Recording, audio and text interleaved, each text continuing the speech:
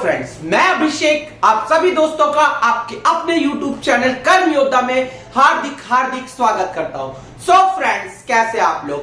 Friends, जैसा कि आप सभी जानते हैं, हम अपने मॉडर्न हिस्ट्री की तैयारी, यूपी ट्रिपल एससी पेट की तैयारी बहुत ही धमाकेदार ढंग से कर रहे हैं और उसमें हमने सबसे पहले सेलेक्ट किया मॉडर्न हिस्ट्री को खत्म करना। आज आपके मॉडर्न हिस्ट्री की हो सकता है ये लास्ट क्लास हो, मतलब जितना मॉडर्न हिस्ट्री में हमें पढ़ना था हो सकता है ये लास्ट बात हो, लास्ट क्लास हो, और आज हम भारत को आजाद करा देंगे फ्रेंड्स। ठीक है फ्रेंड्स, हमने जितने भी लेक्चर प्रीवियस 18 लेक्चर अपलोड किए हुए हैं उसकी एक प्लेलिस्ट बना दी है। आप प्लेलिस्ट के सेक्शन में जा सकते हैं और एक एक लेक्चर को देखकर अपने कॉन्सेप्ट को क्लियर कर सकते हैं और अपने यूपी ट्रिपल एससी पेट की तैयारी को बूस्ट कर सकते हैं फ्रेंड्स, ज्ञानेंद्र सर ने भी आपको पॉलिटी पढ़ाना स्टार्ट कर दिया है और भारतीय संविधान के विकास की 3 क्लासेस उन्होंने क्या की है, अपलोड कर दिया। आप उन्हें भी जाके अच्छे से देख सकते हैं। ऐसी पॉलिटी आपने कभी नहीं पढ़ी होगी, मैं आपसे ये दावे के साथ कह सकता हूं। मेरे जो जीरो टू हीरो बैच की मैथ्स की क्लासेस थी उसे भी आप जाके प्लेलिस्ट के सेक्शन में विजिट कर सकते हैं और 20 क्लासेस हुई थी, उन 20 की 20 क्लासेस को देख सकते हैं। ठीक है फ्रेंड्स? ओके फ्रेंड्स, तो ठीक है फ्रेंड्स, बस आपसे यही गुजारिश है कि आप सेशन को लाइक जरूर करेंगे, शेयर जरूर करेंगे, सब्सक्राइब जरूर कर, और अगर आप हमारे चैनल पे नए हैं तो हमारे YouTube चैनल कर्म योद्धा को सब्सक्राइब जरूर करेंगे, जिससे आपको आगे की सभी वीडियो मिलते रहे। ठीक है फ्रेंड्स, चलिए स्टार्ट करते हैं। तो फ्रेंड्स, आप सभी को पता है कि हमने कल के लेक्चर में जो बातें की थी कि क्या होता है बेटा कैबिनेट मिशन आता है, कैबिनेट मिशन में क्या चीजें रहती है, ये सारी बातें हमने कर ली थी। अब बेटा इसी बीच में क्या होता है, 1945 में केंद्र में चुनाव होते हैं। क्या होता है?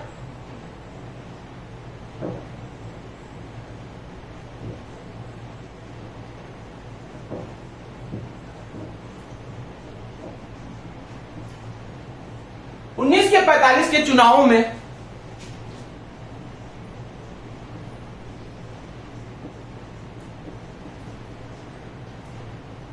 कांग्रेस को 102 में से 57 सीटों पर विजय प्राप्त होती है। क्या बेटा? 1945 के चुनावों में कांग्रेस को 102 में से 57 सीटों पर विजय प्राप्त होती है।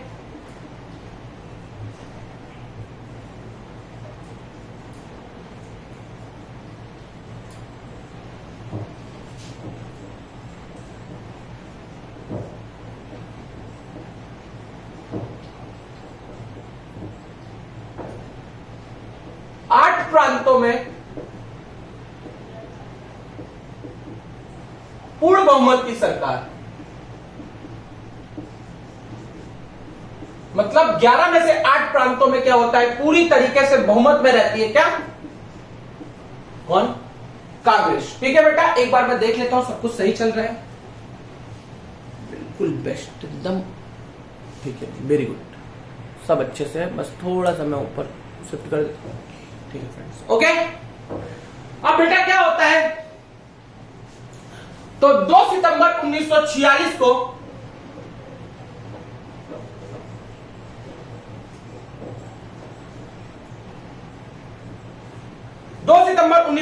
को बेटा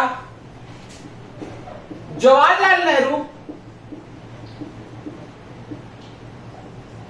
आदि अंतरिम सरकार का गठन करते हैं। अंतरिम सरकार का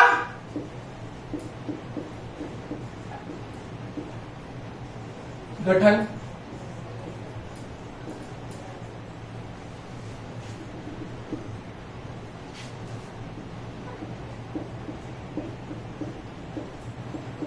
आजादी से पहले का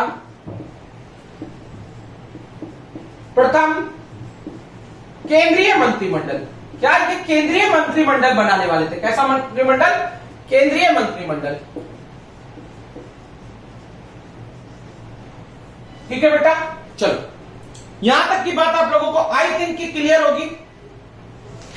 चलो अब बेटा एक तरफ मैं लिखूंगा कि कौन मंत्री बना और एक तरफ लिखूंगा किस चीज का मंत्री बना। ठीक है, मतलब उसकी जो ठीक प्लेस थी वो क्या थी, नाम,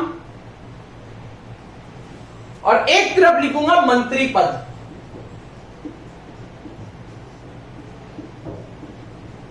ठीक। अब बेटा सबसे पहला नाम था जवाहरलाल नेहरू जी का। किसका? जवाहरलाल नेहरू जी। तो जवाहरलाल नेहरू जी क्या बने बेटा? तो ये बने राष्ट्रमंडल मामलों के मंत्री और विदेश मंत्री। क्या? राष्ट्रमंडल मंत्री कॉमा विदेश मंत्री। समझ में आ रही बात बच्चों? आई थिंक ये चीजें आप लोगों को बहुत अच्छे से समझ में आ रही होंगी। सेकंड नंबर पे वल्लभ भाई पटेल जी।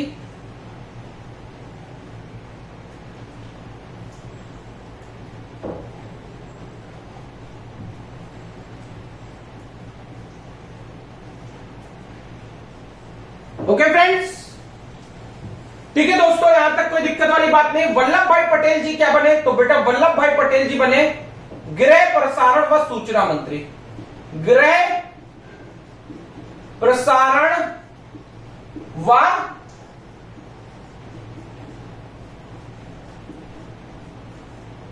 ठीक है फ्रेंड्स। थर्ड कौन बेटा? बलदेव सिंह। अब बेटा जिसके पास बल होगा वही तो देश की रक्षा कर पाएगा, तो बलदेव सिंह बने रक्षा मंत्री।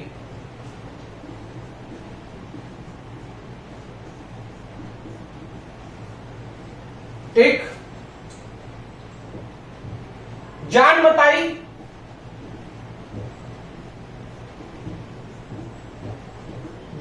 बने बेटा उद्योग और आपूर्ति मंत्री।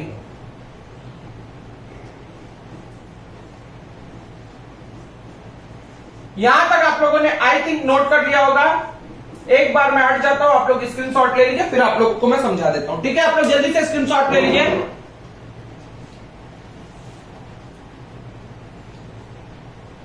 ठीक है फ्रेंड्स, आप लोगों ने ले लिया होगा स्क्रीनशॉट। ठीक है, देखो बेटा क्या होता है, मैं समझाता हूं आप लोगों को बेटा एक बार अच्छे से। बेटा 1945 में केंद्रीय विधानसभा के चुनाव होने थे, तो केंद्रीय विधानसभा के चुनाव आते हैं। अब बेटा केंद्रीय विधानसभा के चुनाव होते हैं और कांग्रेस 102 में से 57 सीटों पर विजय प्राप्त करती है और 8 राज्यों में 8 प्रांतों में पूर्ण बहुमत की सरकार भी बना लेती है। अब 2 सितंबर 1946 को कैबिनेट मिशन के अनुसार क्या होता है बेटा? प्रथम केंद्रीय मंत्रिमंडल का गठन करते हैं जवाहरलाल नेहरू, बाकी सब अंतरिम सरकार का गठन करते हैं। ठीक है, तो कुछ मंत्रिमंडल तो बना ही रहे थे, 14 मंत्रियों का मंत्रिमंडल बनेगा, तो वही मंत्रिमंडल बन रहा था। तो जवाहरलाल नेहरू जी क्या डालते हैं? राष्ट्रमंडल और क्या विदेशी मामले जितने भी है वो किनको दे दिए जाते हैं? वो दे दिए जाते हैं राष्ट्रमंडल और विदेशी मंत्री। कौन बनता है? जवाहरलाल नेहरू जी बनते हैं। ठीक है बेटा, उसके बाद आपके कौन? वल्लभ भाई पटेल जी, वो गृह सूचना व प्रसारण मंत्री बनते हैं। जिसके पास ताकत होगी वही तो देश की रक्षा कर पाएगा, तो बलदेव सिंह क्या रक्षा मंत्री बनते, क्योंकि उनके पास बल था इसलिए वो देव के समान थे, इसीलिए वो क्या रक्षा मंत्री बने।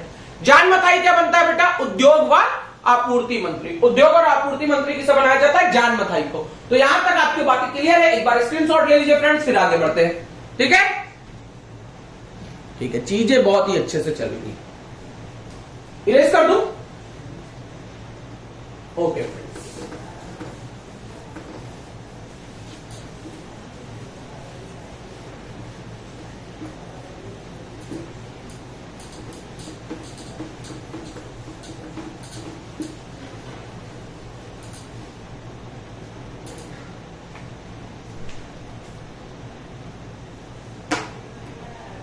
ठीक, चलिए अब इसके बाद बेटा कौन? जान मताई के बाद सी राजगोपालाचारी जी। सी राजगोपालाचारी जी। फ्रेंड्स, सी राजगोपालाचारी जी को कौन सा मंत्री बनाया जाता है बेटा? इनको शिक्षा मंत्री बनाया जाता है। इनको क्या दे दिया जाता है? शिक्षा मंत्रालय। ठीक। सीएच भाभा जी को, सीएच भाभा बेटा ये क्या बनते हैं? ये बनते हैं कारखाना व ऊर्जा मंत्री।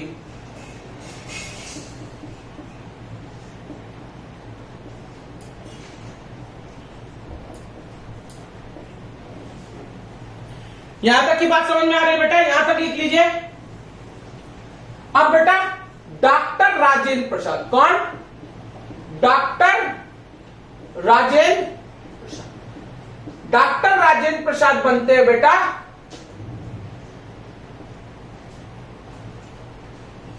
कृषि एवं उद्योग मंत्री। क्या? कृषि एवं उद्योग मंत्री। अरुणा आसिफ अली बनती है बेटा रेल मंत्री। अरुणा आसिफ अली क्या बेटा? रेल मंत्री।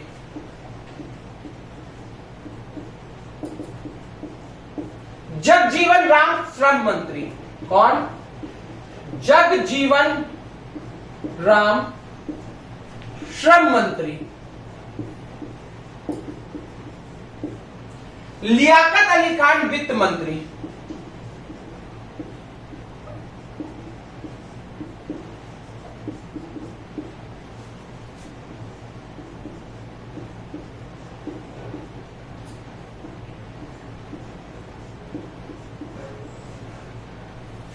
यहां तक कोई दिक्कत वाली बात नहीं है। यहां तक आप लोगों ने नोट कर लिया। अब लियाकत अली खान के बाद बेटा कौन बनता है? आई चंडीगढ़। आई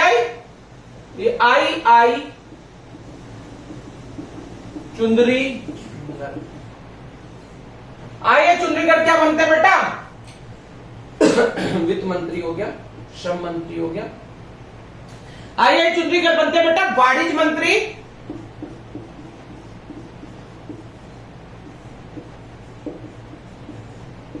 आई चंडीगढ़ क्या बनते हैं बेटा? वाणिज्य मंत्री। इसके बाद बेटा जोगेंद्र नाथ जी बनते हैं जोगेंद्र नाथ। कौन से मंत्री बेटा? विधि। इसके बाद बेटा अब्दुल रब बनते हैं डाक मंत्री। अब्दुल रब।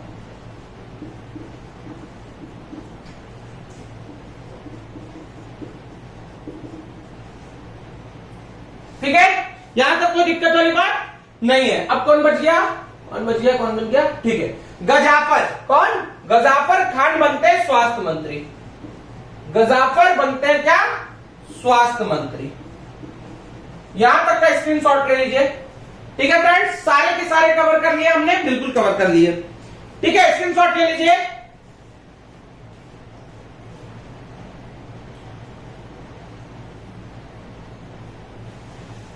ठीक है, यहां तक कोई दिक्कत वाली बात नहीं होगी फ्रेंड्स। यहां तक नोट कर लीजिए।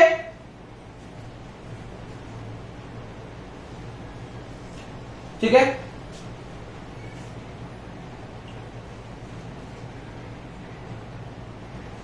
ठीक।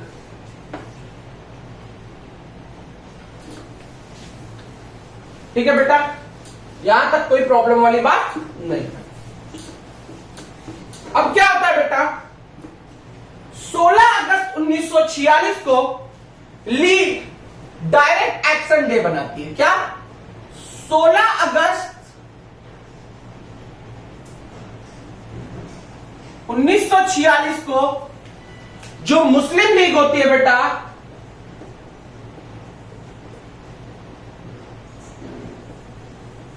डायरेक्ट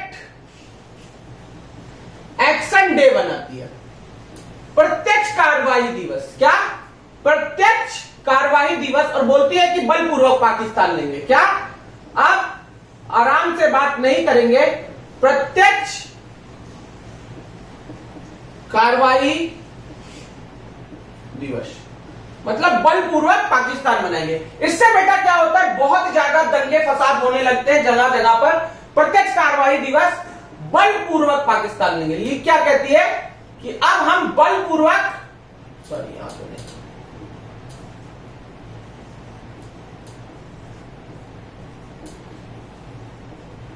बलपूर्वक पाकिस्तान लेंगे। लीग कहती है कि अब हमें बलपूर्वक पाकिस्तान लेना पड़ेगा या लेंगे। ठीक है, तो बेटा इसके बाद क्या होती है? यहां तक की बात आ ही जाती है। अब क्या होता है बेटा? 9 दिसंबर बहुत ज्यादा दंगे फसाद बढ़ जाते हैं। ठीक है, अब 9 दिसंबर 1946 को 9 दिसंबर 1946 को संविधान सभा की बैठक होती है। संविधान सभा की प्रथम बैठक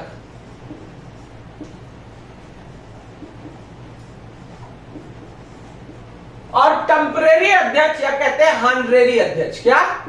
ऑनरेरी अध्यक्ष बनाया जाता है सच्चिदानंद सिन्हा जी को। किसको?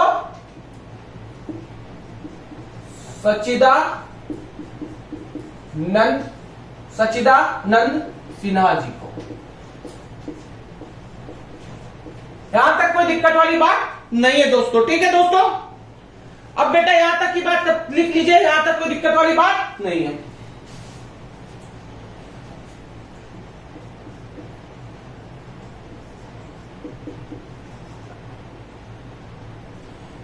फरवरी 1947 को ब्रिटिश पीएम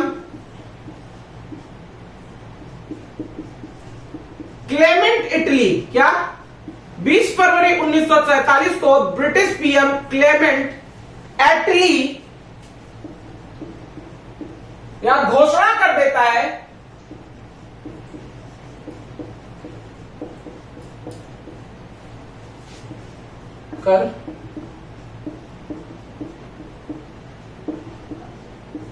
क्या?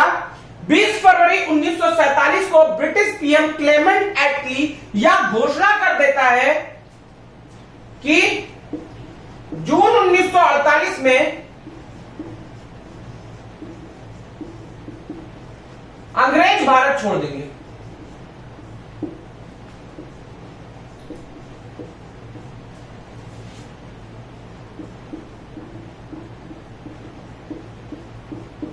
बात समझ में आई? यहां तक कोई दिक्कत वाली बात नहीं। ठीक है, ओके। यहां तक किसी को कोई भी दिक्कत वाली बात नहीं है। ये बात आप सबको समझ में आ रही होगी 101%। ठीक है फ्रेंड्स, इसमें कोई दिक्कत नहीं। समझ में आई बात? ओके। अब बेटा ये चीज जब हो गया तो बेटा इसी बीच में क्या होता है बेटा, 22 मार्च 1947 को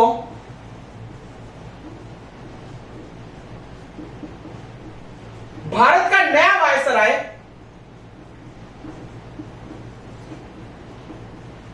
फ्रेंड्स, भारत का नया वायसराय दोस्तों माउंटबेटन। क्या? माउंट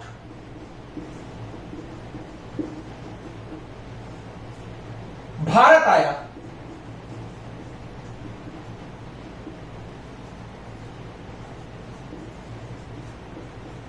इसको यहां तक नोट कर लीजिए, स्क्रीनशॉट ले लीजिए या तो नोट कर लीजिए फ्रेंड्स, फिर आप लोगों के समझाते हैं। ठीक है,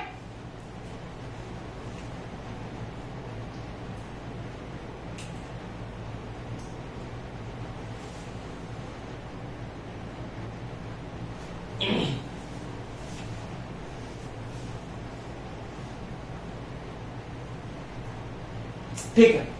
देखो बेटा क्या होता है, 16 अगस्त 1946 को मुस्लिम लीग क्या बनाती है बेटा, डायरेक्ट एक्शन डे बनाती है, प्रत्यक्ष कार्यवाही दिवस। मुस्लिम लीग ये कहती है कि अब बलपूर्वक पाकिस्तान लेना पड़ेगा, अब आराम से कोई भी पाकिस्तान देने वाला नहीं है।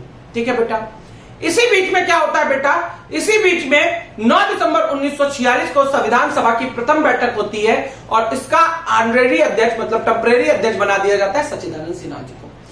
यह बीतता नहीं कि 20 फरवरी 1947 को ब्रिटिश पीएम क्लेमेंट एटली यह घोषणा कर देता है कि जून 1948 में अंग्रेज भारत छोड़ देंगे। ठीक, अब 22 मार्च 1947 को क्या होता है बेटा, जो वेवेल होता है वो रिटायर होता है और 22 मार्च 1947 को भारत का नया वायसराय माउंटबेटन भारत आ जाता है। ठीक है, यहां तक नोट कर लीजिए, स्क्रीनशॉट ले लिया है बच्चों, आगे बढ़ते।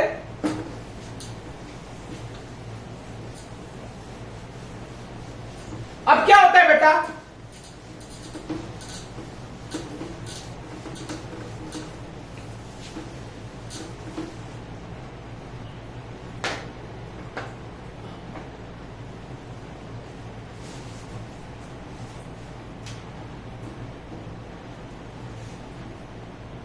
अब बेटा 3 जून 1947 को क्या, 3 जून 1947 को माउंट बेटन योजना आती है। क्या आती है बेटा?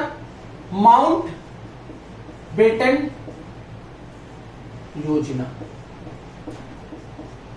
3 जून 1947 को माउंट बेटन क्या लाता है बेटा? एक योजना लाता है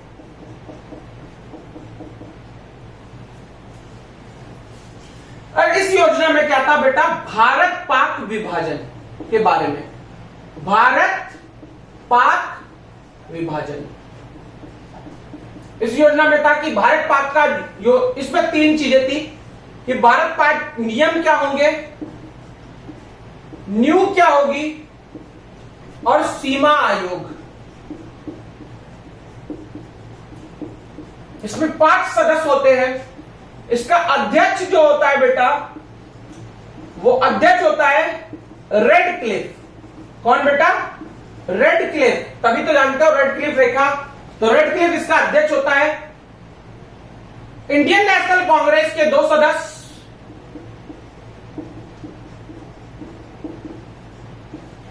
और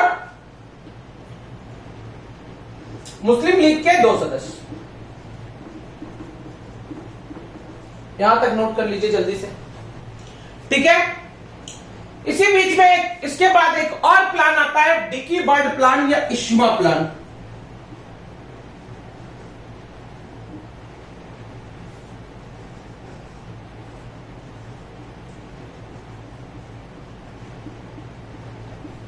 इसी को इस्मा योजना भी कहते हैं।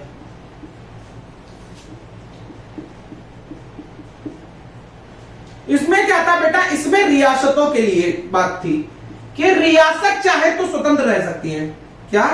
रियासतें फ्रेंड्स, रियासतें चाहे तो स्वतंत्र रह सकती हैं। क्या फ्रेंड्स? रियासतें चाहे तो स्वतंत्र रह सकती है। रियासतें चाहे तो स्वतंत्र रह सकती है। समझ में आ रही बात?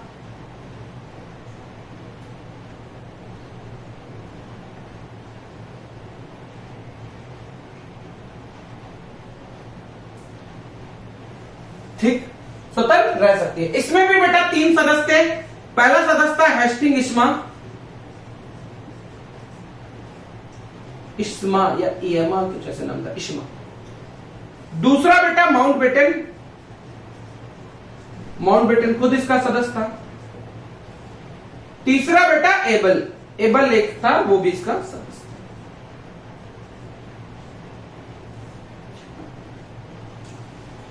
ये सारी चीजें नोट कर लीजिए बेटा। अब बस एक चीज बची है, यहीं पे करा दूं क्या?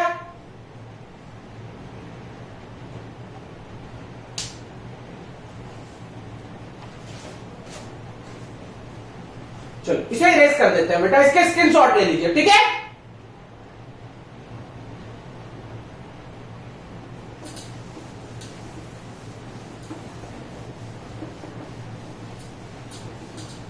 अब बेटा आता है भारत स्वतंत्रता अधिनियम। खुशी की बात, भारत स्वतंत्रता अधिनियम 1947। क्या आता है बेटा? भारत स्वतंत्रता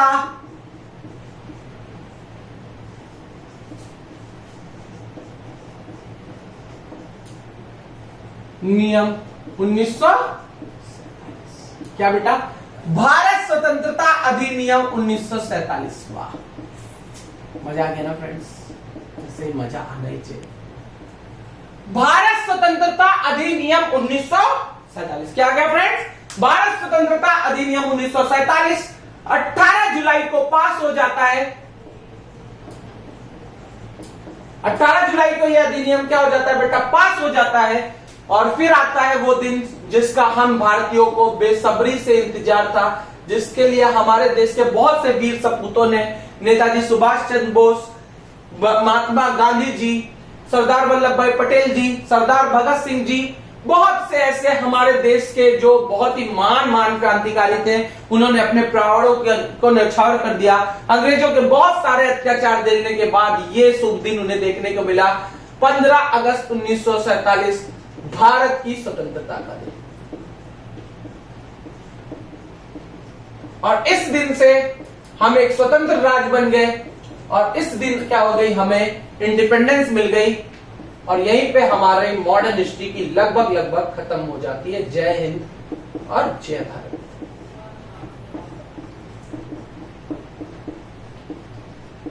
भारत माता की जय। ठीक है फ्रेंड्स, यहीं पे हमारी मॉडर्न हिस्ट्री क्या हो जाती है, खत्म हो जाती है फ्रेंड, और हमारा लेक्चर यहीं पे खत्म हो जाता है। फ्रेंड्स, मैंने आपको शुरू से लेके पूरी मॉडर्न हिस्ट्री पढ़ा दी और पता भी नहीं चला कब हमने मॉडर्न हिस्ट्री पढ़ना शुरू किया था और कब खेल खेल में हमने पूरी मॉडर्न हिस्ट्री खत्म कर दी। अब बेटा आपके एग्जाम के 2 टॉपिक बचे हैं, एक है आजाद हिंद फौज और उसी से रिलेटेड टॉपिक है सुभाष चंद्र बोस जी, ठीक, और आपकी 1857 की क्रांति। वो दोनों ही टॉपिक मैं आपको पढ़ा दूंगा। बाकी मेरी तरफ से सब कुछ फिनिश हो गया है। फ्रेंड्स, आप जाइए हमारी प्लेलिस्ट में विजिट करिए और शुरू से लेके पूरे 19 लेक्चर देखिए और प्लीज सेशन को प्लीज लाइक करिए, शेयर करिए, सब्सक्राइब करिए। बेटा ये पेड कंटेंट में भी आपको नहीं मिलेगा। आप किसी भी अच्छे से अच्छे एजुकेटर का बैच ले लीजिए और फिर मेरी नोट्स जो आपने बनाई होगी और जो उनकी नोट्स होगी उनसे मैच करिएगा। फ्रेंड्स, आपको ये 100% दिखेगा कि मेरी नोट्स में ज्यादा कंटेंट मिलेंगे इन कंपैरिजन ऑफ किसी भी एजुकेटर का बैच आपने लिया होगा। फ्रेंड, फ्री ऑफ कॉस्ट आपको बहुत क्वालिटी कंटेंट मिल रहा है और पूरी मॉडर्न हिस्ट्री मैंने आपको पढ़ा दी है। फ्रेंड, जितना यूपी SSC पेट में आएगा मैं एक क्वेश्चन को टैग करके आपको वीडियो दे दूंगा कि ये देखिए मेरी क्लास से आया। ठीक है फ्रेंड, रही बात आपकी प्रैक्टिस की, तो अब आपकी प्रैक्टिस स्टार्ट हो जाएगी। कोशिश करूंगा कि हर डे एटलीस्ट 20 क्वेश्चंस आपको करा दिए जाए या एग्जाम से पहले वाले संडे में आपको एक ही बार में 500 क्वेश्चन करा दिए जाए मॉडर्न हिस्ट्री के, या 500 या 200 क्वेश्चन करा दिए जाए मॉडर्न हिस्ट्री के, जिससे आपकी तैयारी बहुत ही अच्छे से हो जाए मॉडर्न हिस्ट्री की। ठीक है फ्रेंड, तो फिर से आप सेशन को लाइक करिएगा। इस वीडियो का टारगेट है 100 लाइक्स का। आप पिछले कई वीडियो से मैं टारगेट दे रहा हूं बट टारगेट पूरे नहीं हो रहे हैं। मेरा मोटिवेशन तो मुझे दे ही नहीं रहा, मेरी फीस, मेरी गुरु दक्षिणा आप लोग मुझे दे ही नहीं रहे। और शेयर करिए फ्रेंड्स, सब्सक्राइब करिए और अपने फैमिली फ्रेंड्स को भी शेयर करिए, अपने दोस्तों को शेयर करिए फ्रेंड्स, जिससे कि वो लोग भी अच्छे से अच्छा कंटेंट पढ़ सके और यूपी SSC पेट में अच्छा स्कोर कर सके। इस वीडियो पे मैं 10 सब्सक्राइबर का टारगेट रखता हूं, एटलीस्ट 10 सब्सक्राइबर। ठीक है, और फिर उसके बाद आपके लिए कुछ और प्लान है, वो जल्दी मैं लेके आऊंगा। तो फिर से आपको उसी कोड के साथ छोड़े जा रहा हूं। हो गई है पीर परवस्सी पिघलनी चाहिए, इस हिमालय से फिर कोई गंगा निकलनी चाहिए। सिर्फ हंगामा फैलाना मेरा मकसद नहीं है यारो, मेरी कोशिश है कि ये सीरत बदलनी चाहिए। मेरे सीने में ना सही, तेरे सीने में सही लगी हो आग, बस ये आग लगनी चाहिए। मेरे सीने में नहीं सही लेकिन आपके सीने में आग होनी चाहिए कि यूपी SSC पेट 2023 में क्या 85+ स्कोर करेंगे और यूपी की हर एक वैकेंसी में अपना हक लेंगे। तब तक के लिए देखते रहिए हमारे YouTube चैनल कर्म योद्धा को। Thank you, have a nice day.